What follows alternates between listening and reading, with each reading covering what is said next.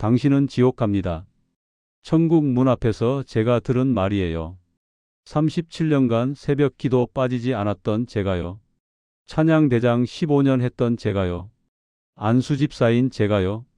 심장이 11분간 멈췄던 그 시간 동안 저는 천국과 지옥 사이 경계선에 서 있었어요.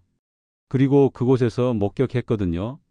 저처럼 평생 교회 다녔던 수천 명의 영혼들이 천국 문 앞에서 발이 묶여 있는 모습을요.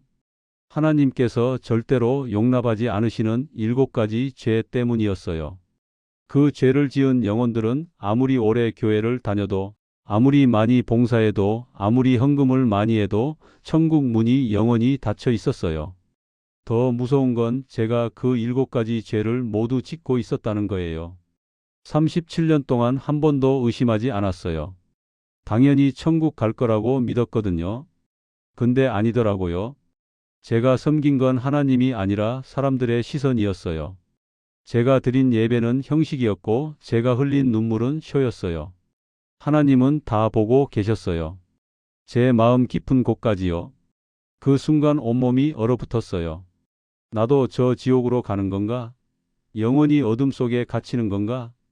혹시 여러분도 지금 착각하고 계신 건 아닌가요?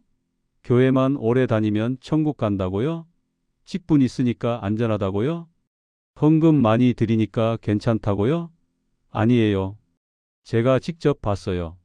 목사님도, 장로님도, 권사님도, 집사님도 천국 문 앞에서 거절당하는 모습을요. 평생 교회 다녔지만 단 한 번도 진짜 회개하지 않았던 영혼들이요. 오늘 이 이야기를 끝까지 들어주세요. 여러분의 영혼이 달린 문제거든요. 아직 늦지 않았어요. 지금이라도 진정한 회개를 한다면요. 제가 죽음의 문턱에서 보고 들은 하나님의 음성을 지금부터 전하겠습니다. 안녕하세요. 저는 부산 중구 광복동에 사는 박순자예요. 올해 60살이고요. 중앙교회에서 안수집사로 섬기고 있어요. 남편 박성훈 씨는 63살인데 작은 건축 자재 가게를 운영하고 있거든요. 월 수입은 평균 320만 원 정도 되는데 가게 대출금이 4,800만 원 남아 있어요. 아들 성민이는 32살이고 며느리 정민이는 30살이에요. 제가 처음 교회에 발을 들인 건 26살 때였어요. 결혼하면서 자연스럽게 교회를 다니게 됐거든요. 남편이 먼저 믿는 사람이었고 시댁 식구들이 모두 신앙이 깊은 집안이었어요. 처음엔 낯설었지만 교회 생활이 제게 잘 맞더라고요. 찬양 부르면 마음이 편해졌고 예배 드릴 때마다 위로가 됐거든요. 무엇보다 성도님들이 따뜻하게 대해 주셔서 외로웠던 제게 교회는 든든한 울타리였어요. 시간이 흐르면서 저는 점점 더 열심히 교회를 섬겼어요. 아들 낳고 6개월쯤 됐을 때는 주일학교 교사로 봉사를 시작했고요. 새벽 기도도 빠지지 않고 나갔어요. 구역 예배도 성실하게 참석했고요. 주변에서 신앙 좋다는 칭찬 많이 들었죠. 35살에는 집사 안수를 받았어요. 정말 기뻤거든요. 마치 하나님께 인정받은 것 같았어요. 제가 특히 좋아했던 건 찬양이었어요. 원래 노래 부르는 걸 좋아해서 결혼 전에 성가대 경험도 있었거든요. 그걸 아신 분들이 찬양대에 들어오라고 권유해 주셨고 그렇게 찬양대원이 됐죠. 45살에는 찬양대장으로 임명됐어요. 15년을 섬겼거든요. 수요일마다 연습을 인도했고 주일마다 성가대를 지휘했어요. 부활절이나 성탄절 같은 큰 절기에는 특송 준비도 했고요. 교회 안에서 제게 맡겨진 역할이 있다는 게 참 자랑스러웠어요. 50살 되던 해 안수집사로 임직을 받았어요. 제단 앞에서 무릎 꿇고 안수받던 순간 지금도 잊을 수 없거든요. 목사님께서 제 머리에 손을 얹고 기도해 주셨어요. 박순자 집사님, 주님께서 당신을 귀하게 쓰실 거예요. 그 말씀이 제 가슴 깊이 새겨졌어요. 더 열심히 해야겠다. 주님께 쓰임받는 그릇이 되어야겠다. 그런 마음이 강하게 들었거든요. 그 후로 저는 정말 누구보다 성실하게 교회를 섬겼어요. 새벽 기도는 1년에 열흘 정도만 빠졌고 주일 예배는 병원에 입원했을 때 빼고는 한 번도 걸은 적이 없어요. 수요 예배, 금요 철야 예배도 가능하면 모두 참석했거든요. 헌금도 마찬가지였어요.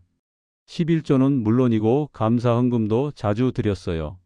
남편 가게 장사가 잘 되면 더 드렸고 어려울 때도 11조만큼은 꼭 지켰거든요. 하나님께 신실해야 축복받는다고 믿었어요. 교회 안에서 저는 모범적인 집사로 통했어요. 누가 아프면 신방을 갖고 어려운 가정을 위해 기도해 주었으며 새 신자가 오면 먼저 다가가 인사했어요.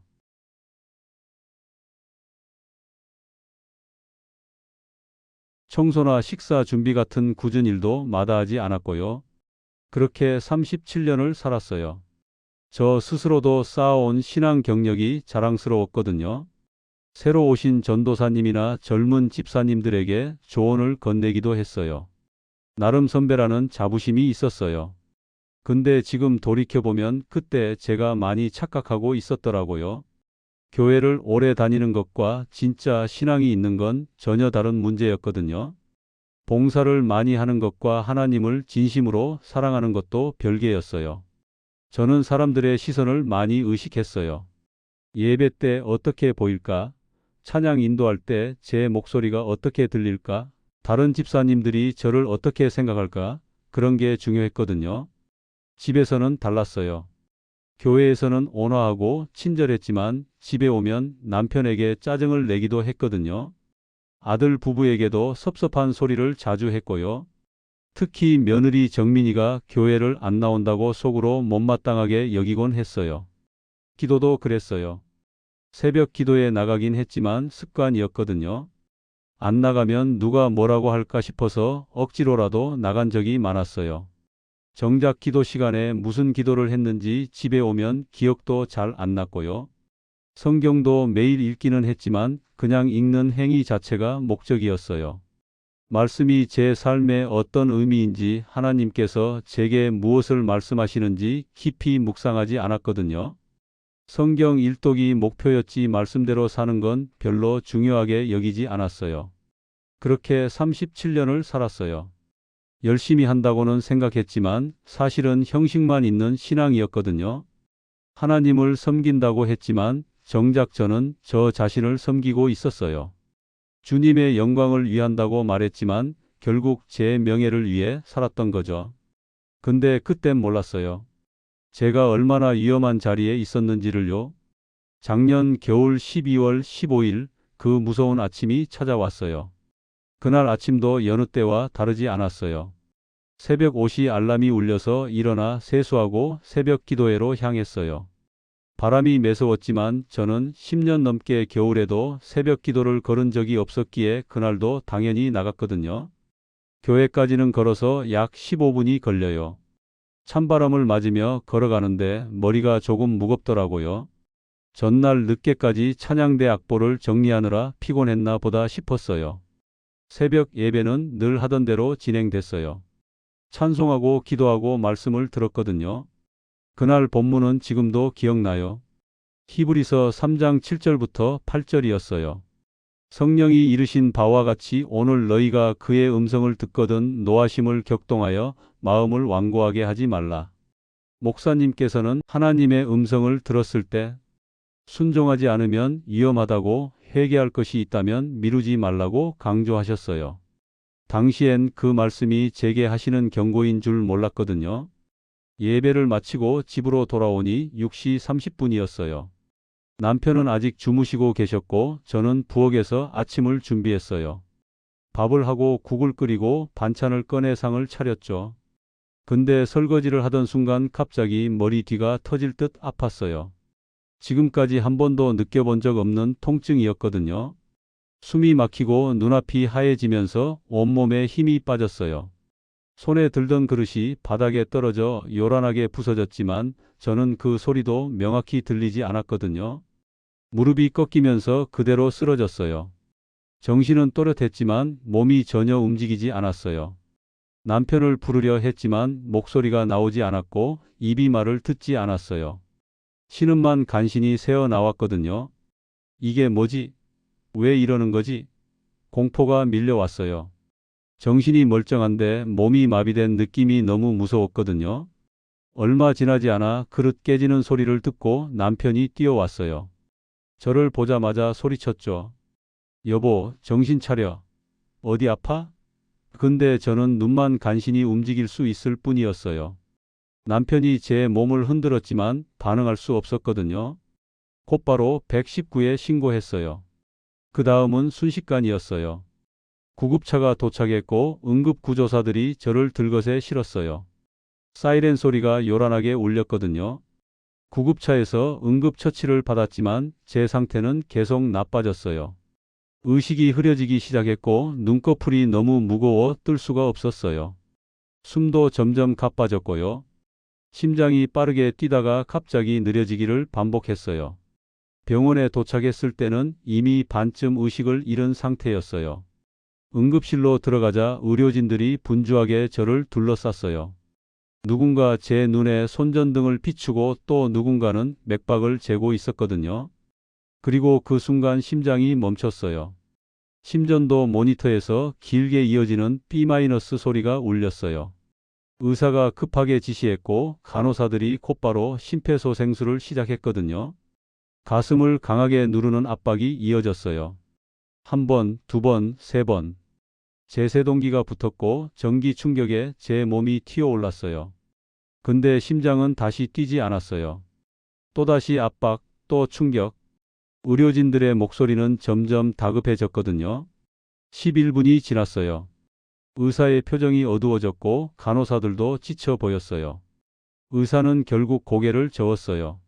시간 확인하세요. 오전 7시 18분. 그 순간 심폐소생술이 멈췄어요.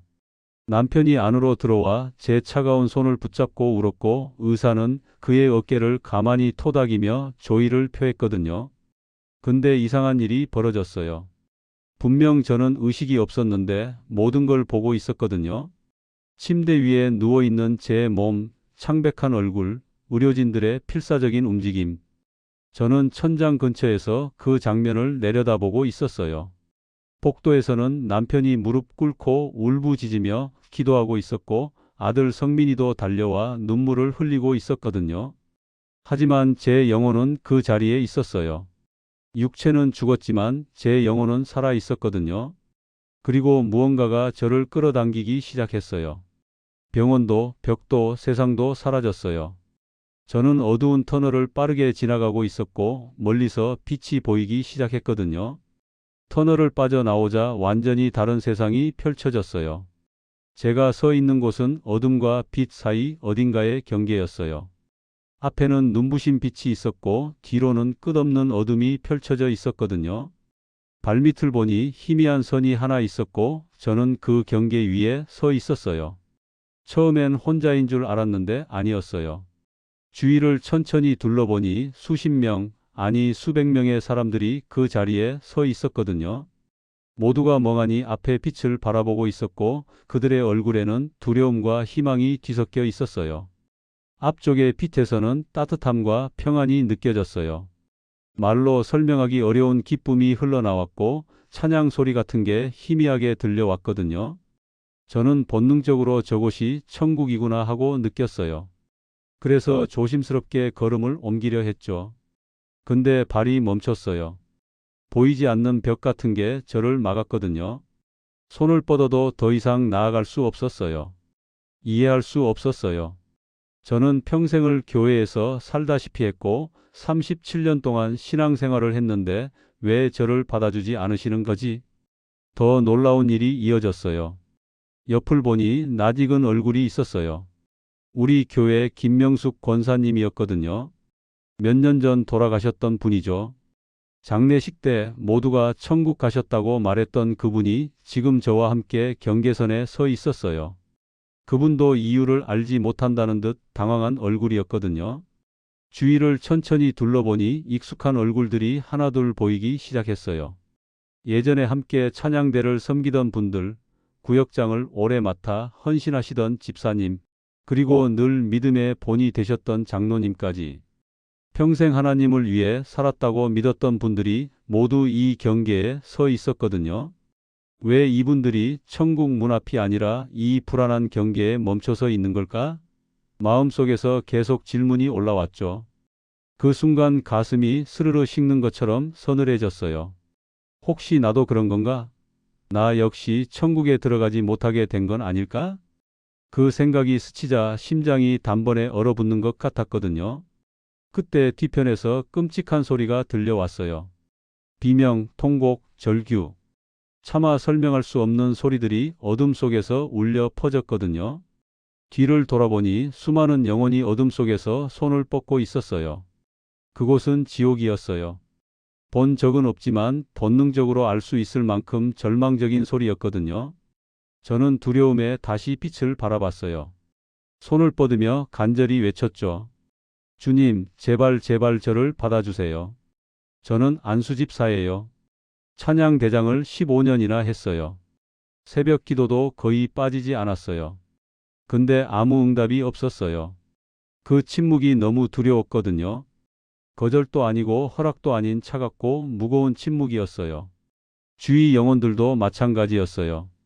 누군가는 무릎을 꿇고 울며 용서를 구했고, 어떤 이는 자신이 해온 봉사를 줄줄이 늘어놓으며 호소했으며, 다른 이는 떨리는 목소리로 기도하고 있었거든요. 근데 모두에게 같은 침묵이 떨어졌어요. 얼마나 시간이 흘렀을까요? 이곳에는 시간이 흐르는 개념이 없는 것 같았어요. 그저 기다릴 뿐이었죠. 무엇을 기다리는지도 모른 채요. 그러던 순간 갑자기 앞에 빛이 강렬해졌어요. 눈을 뜨기 힘들 정도로 밝아졌거든요. 그 빛 가운데서 형체를 알 수 없는 존재가 나타났어요. 위엄과 영광이 가득해서 저절로 무릎이 꺾였거든요. 하나님이셨어요. 그분의 음성이 들렸어요. 천둥처럼 울렸지만 또렷했어요. 사람이 한 번 죽는 것과 그 후에 심판받는 것은 정한 것이니라. 히브리서 9장 27절이었어요. 평생 익숙했던 말씀이었지만 그때만큼 무겁게 들린 적은 없었거든요. 우리는 지금 그 심판 앞에 서 있었어요. 그 순간 제 인생이 눈앞에 펼쳐지기 시작했어요. 37년의 신앙생활, 수많은 봉사, 헌금, 새벽 기도. 근데 이상하게도 하나도 자랑스럽지 않았어요. 오히려 부끄러웠거든요. 모두 형식이었고 습관이었고 사람들에게 보이기 위한 것이었음을 깨달았어요. 또다시 하나님의 음성이 들렸어요. 너희가 어찌하여 나를 주여 주여 하면서도 내 말은 행하지 아니하느냐? 누가복음 6장 46절이었어요. 그 말씀이 제 가슴을 깊이 찔렀거든요. 저는 주님을 입술로만 부르고 살매었으며 예배 때는 은혜를 말하면서도 집에 오면 짜증으로 살았거든요. 모두가 제가 신앙 좋다고 말했지만 제 마음은 하나님과 멀어져 있었어요. 그제야 깨달았어요. 왜 제가 천국 문 앞에서 멈춰 있는지를요. 왜 하나님이 저를 받아주지 않으시는지를요. 교회를 오래 다녔다고, 봉사를 많이 했다고, 헌금을 드렸다고, 그 어떤 것도 구원의 증거가 될 수 없었거든요. 회개 없는 신앙, 변화 없는 삶은 하나님께서 기뻐하시는 신앙이 아니었어요. 그 사실을 그제야 깨달았어요. 그리고 깊은 공포가 몰려왔거든요. 이제 나는 어떻게 되는 걸까? 여기서 영원히 멈춰 버리는 걸까? 저는 그 경계선 위에서 떨고 있었어요. 그때 어둠이 갈라지기 시작했어요. 7개의 영혼이 차례로 나타났어요. 그들의 과거가 제 앞에 펼쳐지기 시작했고 저는 그대로 지켜볼 수밖에 없었거든요. 첫 번째 영혼은 25년 동안 목회했던 목사였어요. 처음 10년은 정말 순수했죠. 말씀을 사모했고 성도들을 사랑했거든요. 근데 교회가 커질수록 그의 마음속 어딘가에 변화가 일어났어요. 하나님보다 자신의 목회 성과가 중요한 사람이 되고 말았거든요. 그는 성령의 역사를 막았어요. 어느 주일 예배 중에 한 청년이 성령의 감동으로 눈물 흘리며 뜨겁게 기도하기 시작했는데 그 목사는 예배가 끝난 뒤 청년을 불러 공개적으로 꾸짖었어요. 예배 질서를 흐리지 말라. 그 말 한마디가 청년의 마음을 꺾었고 그는 결국 교회를 떠났거든요. 그 후로도 비슷한 일이 반복됐어요. 기도 중 은혜를 체험했다고 하면 과한 신비주의라고 경계했고 예배 중에 감격해 우는 성도를 향해 감정적이라고 지적했거든요. 특히 성령의 은사에 대해 철저히 부정적이었어요. 방언, 예언, 치유와 같은 은사들은 초대교회에서나 필요했던 거라며 지금은 더 이상 의미 없다고 가르쳤어요. 그렇게 25년 동안 성령을 거역했거든요. 심판대 앞에서 하나님의 음성이 들렸어요. 사람에 대한 모든 죄와 모독은 사함을 얻되 성령을 모독하는 것은 사함을 얻지 못하리라. 마태복음 12장 31절이었어요. 그는 울부짖으며 항변했지만 결국 지옥으로 끌려갔어요. 성령을 모독하는 죄는 용서받을 수 없는 죄였거든요. 그 모습을 보며 제 안에 전율이 일었어요. 저 역시 그런 적이 있었기 때문이죠. 기도할 때 성령께서 제 마음에 말씀하셨던 순간들이 있었거든요. 며느리에게 사과하라, 교만을 내려놓아라, 회개하라는 마음의 감동이 왔지만 저는 외면했어요. 그저 내 생각일 거라고, 양심의 소리일 뿐이라고 넘겨버렸거든요. 두 번째 영혼은 23년 동안 교회를 다닌 권사였어요. 그녀는 12년 동안 교회 안 집사와 부적절한 관계를 맺었거든요. 처음 죄를 짓고 난 뒤 그녀는 괴로워했어요. 죄책감에 울었고 예배 중에도 눈물을 흘리며 회개했거든요. 다시는 그러지 않겠다고 다짐했죠. 근데 며칠도 안 가 다시 그 집사를 만났고 같은 죄를 반복했어요. 회개, 죄, 회개, 죄. 이 악순환이 12년 동안 계속됐거든요. 그녀는 스스로를 합리화했어요. 남편이 자신을 이해해 주지 않아서라고, 외로웠기 때문이라고. 그리고 하나님은 사랑이시니 용서해 주신다는 말로 자기 마음을 달랬거든요. 근데 삶은 전혀 변하지 않았어요. 죄를 끊지 않았고 죄를 미워하지도 않았어요. 심판대 앞에서 로마서 2장 5절이 선포됐어요. 완고하고 회개하지 않는 마음이 하나님의 진노를 쌓는다. 심판의 음성은 단호했어요. 내 회개는 입술뿐이었다. 마음은 돌이키지 않았고 삶은 변화하지 않았다. 진정한 회개란 방향을 바꾸는 거예요. 죄에서 하나님께로 돌아서는 거죠. 그녀는 수천 번 회개했지만 단 한 번도 진짜 돌아서지 않았거든요. 세 번째는 30년 넘게 교회를 섬긴 장로였어요. 15년 동안 교회에 돈 4억 원을 횡령했지만 회개하지 않았거든요. 말라기 3장 8절 하나님의 것을 도둑질하지 말라는 말씀을 알면서도 계속 죄를 지었어요. 어느 날 담임 목사가 청지기 설교를 했을 때 그는 가슴이 찔렸어요. 기도실로 가서 회개하려 했지만 무릎을 꿇는 순간 두려움이 찾아왔거든요. 고백하면 모든 걸 잃는다. 그래서 그는 회개하지 않았어요. 감추기로 선택했죠.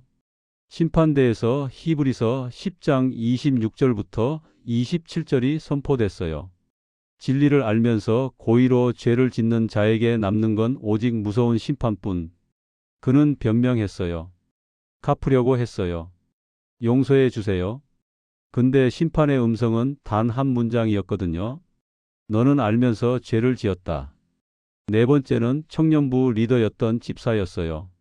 교회에서는 뜨겁게 찬양했지만 교회 문만 나서면 완전히 다른 사람이 됐거든요. 직장에서 거짓말하고 술자리에서 음란한 농담을 즐기며 유흥업소를 드나들었어요. 완벽한 이중 생활이었거든요. 15년을 그렇게 살다가 교통사고로 갑자기 죽었어요. 심판대에서 마태복음 23장 27절부터 28절이 선포됐어요. 겉으로는 아름다워 보이지만 안에는 죽은 자의 뼈와 더러움이 가득한 해칠한 무덤 같다. 사람들에게는 옳게 보이나 속에는 위선과 불법이 가득하다. 심판의 응답은 짧고 단호했어요. 너는 사람 앞에서만 의로운 척했다. 다섯 번째는 28년 동안 미움을 품고 산 권사였어요. 결혼 초 시누이에게 깊은 상처를 받았던 그녀는 시누이가 여러 번 사과했지만 단 한 번도 진심으로 용서하지 않았거든요. 입으로는 괜찮다고 말했지만 마음으로는 28년 동안 그 미움을 품고 살았어요. 교회에서는 용서를 가르쳤지만 그녀는 단 한 번도 진심으로 용서하지 않았거든요. 심판대에서 마태복음 6장 14절부터 15절이 선포됐어요. 너희가 사람의 잘못을 용서하지 아니하면 너희 아버지께서도 너희 잘못을 용서하지 아니하시리라. 하늘의 음성이 말했어요. 내가 내 모든 죄를 용서했는데 너는 형제를 용서하지 않았다. 여섯 번째는 목사 가정에서 자란 청년이었어요. 평생 교회를 다녔지만 단 한 번도 마음으로 믿은 적이 없었거든요. 하나님이 실제로 계신지 확신하지 못했고 성경이 진리인지 예수님의 부활이 역사적 사실인지조차 믿지 않았어요. 겉으로만 신앙인이었죠. 부모님을 실망시키기 싫어서 믿는 척했을 뿐이었거든요. 심판대에서 요한복음 3장 18절이 선포됐어요. 믿지 않는 자는 이미 심판을 받았다. 응답이 들렸어요. 너는 알았을 뿐 믿지 않았다. 입술로만 고백했을 뿐 마음으로는 부인했다. 이어 야고보서 2장 19절이 울렸어요. 귀신들도 하나님을 믿고 떠느니라. 지식으로 아는 것과 믿음으로 받아들이는 건 전혀 달랐어요. 일곱 번째는 40년 신앙 경력의 권사였어요. 그녀는 성도들을 끊임없이 판단하고 정죄했거든요. 자신이 다른 사람보다 영적으로 우월하다고 여겼고 40년 신앙 경력을 자랑했으며 예배에 늦으면 신앙이 없다고 했고 헌금이 적으면 인색하다고 비난했어요. 특히 새 신자에게 가혹했어요. 성경을 모르면 무시했고 기도를 못하면 비웃었거든요. 심판대에서 마태복음 7장 1절부터 2절이 울려 퍼졌어요. 남을 비판하는 그 비판으로 자신도 비판을 받게 되고 자신이 헤아린 그 헤아림으로 다시 헤아림을 받게 된다. 응답은 냉정했어요. 너는 형제를 사랑하지 않았다. 판단했고 정죄했고 괴롭혔다. 일곱 영혼이 모두 지옥으로 사라졌어요. 성령 거역, 형식적 회개, 고의적 범죄, 위선, 용서 거부, 불신앙, 교만. 일곱 가지 죄를 모두 목격했거든요. 그리고 저는 깨달았어요. 저 역시 이 죄들로부터 자유롭지 않다는 걸요. 절망이 밀려왔어요. 근데 바로 그때 앞에서 다시 빛이 나타났어요. 이전보다 더 강렬하고 더 따뜻한 빛이었거든요. 빛이 저를 감쌌어요. 지옥의 어둠은 사라지고 비명도 멀어졌어요. 눈앞에는 찬란하게 빛나는 천국의 문이 열려 있었고 문 앞에는 예수님이 서 계셨어요. 그분을 보는 순간 제 존재가 떨렸어요. 저는 무릎을 꿇고 있었거든요. 평생 지은 죄들이 한꺼번에 떠올라 부끄러웠어요. 일곱 가지 죄가 제 앞에 펼쳐졌어요. 성령의 음성을 무시했던 순간들, 형식적인 회개, 알면서도 반복하던 죄, 집과 교회에서 다른 모습으로 살았던 위선, 용서하지 못했던 마음, 의심, 가리고 정죄와 교만. 모두 제 죄였거든요. 그때 예수님께서 말씀하셨어요. 내가 너를 위해 십자가에서 흘린 피를 보라. 그분의 손에는 못자국이 선명했고 그 상처에서 여전히 피가 흐르고 있었거든요. 2000년 전 피가 지금도 살아 움직인다는 사실이 믿기지 않았어요. 따뜻하고 깨끗한 그 피가 제 영혼을 덮기 시작했어요. 요한일서 1장 7절 말씀이 들려왔어요. 예수님의 피가 모든 죄를 씻으신다. 성령을 거역했던 죄, 형식적 회개, 고의적 죄, 위선, 용서하지 못한 마음, 의심, 교만. 그 모든 죄가 하나씩 사라졌거든요. 저는 37년 신앙생활 중 처음으로 진정한 회개의 눈물을 흘렸어요. 영혼 깊은 곳에서 터져 나오는 통곡이었거든요. 예수님께서는 제게 십자가의 대가를 기억하라고 하셨어요. 이사야 53장 5절이 마음 깊이 울렸어요. 그가 찔림은 우리의 허물 때문이요 그가 상함은 우리의 죄악 때문이라. 예수님은 다시 말씀하셨어요. 지금도 기회가 있다. 살아있는 동안 회개하면 용서받을 수 있다. 근데 진짜 회개해야 한다. 마음과 삶이 돌아서는 회개 말이다. 요엘 2장 12절부터 13절 겉옷이 아니라 마음을 찢으라는 말씀이 선포됐거든요. 그분은 제게 사명을 주셨어요. 살아 돌아가면 이 경험을 전하라. 교회를 다니는 것만으로는 부족하며 진정한 회개와 변화가 필요하다는 사실을 알리라. 특별히 말씀하셨어요. 성령의 음성을 들으면 즉시 순종하고 죄를 끊고 위선을 버리고 용서하고 의심하지 말고 믿으며 교만을 내려놓고 겸손하라고 전하라. 그리고 가장 중요한 말씀을 주셨거든요. 내 보혈은 아직도 흐르고 있다. 살아있는 자는 지금 나에게 나오라. 그 말씀이 끝나자 저는 빛 속으로 더 깊이 들어갔어요. 온 영혼에 평안이 밀려왔거든요. 히브리서 4장 15절부터 16절 시험을 받으셨지만 죄가 없으신 대제사장. 그분의 은혜 앞에 담대히 나오라. 예수님의 피가 제 모든 죄를 눈처럼 희게 했어요. 주홍빛이던 죄가 양털같이 됐거든요. 이사야 1장 18절 말씀이 그대로 제게 이루어진 순간이었어요. 하나님 아버지의 음성이 들렸어요. 살아 돌아가거든 내 양들을 먹이라. 진리를 전하고 미혹된 영혼들을 깨우라는 사명이었거든요. 그때 제 영혼이 육체로 돌아가기 시작했어요. 마지막으로 예수님의 음성이 들렸어요. 기억하라. 내 보혈은 영원하다. 그러나 회개할 수 있는 시간은 살아있을 때뿐이다. 눈을 떴을 때 처음 본 건 천장의 형광등이었어요. 하얗게 빛나는 병실 천장이었거든요. 침대 옆에는 남편이 제 손을 꼭 붙잡고 울고 있었어요. 아들과 며느리도 지친 얼굴로 서 있었고요. 의사의 얼굴에는 놀라움이 가득했어요. 기적이에요. 11분간 심장이 멈췄던 분이 이렇게 깨어나다니. 퇴원 후 제 삶은 완전히 달라졌어요. 그날 밤 저는 무릎을 꿇고 37년 신앙생활 중 처음으로 진심의 깊은 곳에서 우러난 회개를 드렸거든요. 제가 지은 죄들을 하나도 숨기지 않고 모두 고백했어요. 다음 날 저는 며느리를 집으로 불렀어요. 손을 잡고 말했어요. 정말 미안해. 나를 용서해 주겠니? 그녀는 눈물을 흘리며 말했거든요.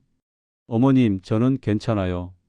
그날 우리는 결혼 이후 처음으로 진짜 대화를 나눴어요. 남편에게도 사과했어요. 그동안 짜증을 냈던 일들을 모두 고백했고 남편은 저를 꼭 안아주며 함께 울었어요. 교회에서도 저는 변했어요. 찬양대장 직분을 내려놓았고 사람에게 보이려 하는 봉사를 멈췄어요. 새벽 기도도 달라졌어요. 습관적으로 나가는 게 아니라 하나님을 진실하게 만나기 위해 나갔거든요. 석 달 뒤 사람들이 말하기 시작했어요. 박순자 집사님 정말 달라지셨어요. 6개월 뒤 며느리는 교회에 나오기 시작했어요. 1년 후 저는 간증을 시작했어요. 제가 경험한 일을 이야기하자 모두가 눈물을 흘렸거든요. 사랑하는 여러분, 오늘 제 이야기를 들으시며 마음이 움직이셨나요?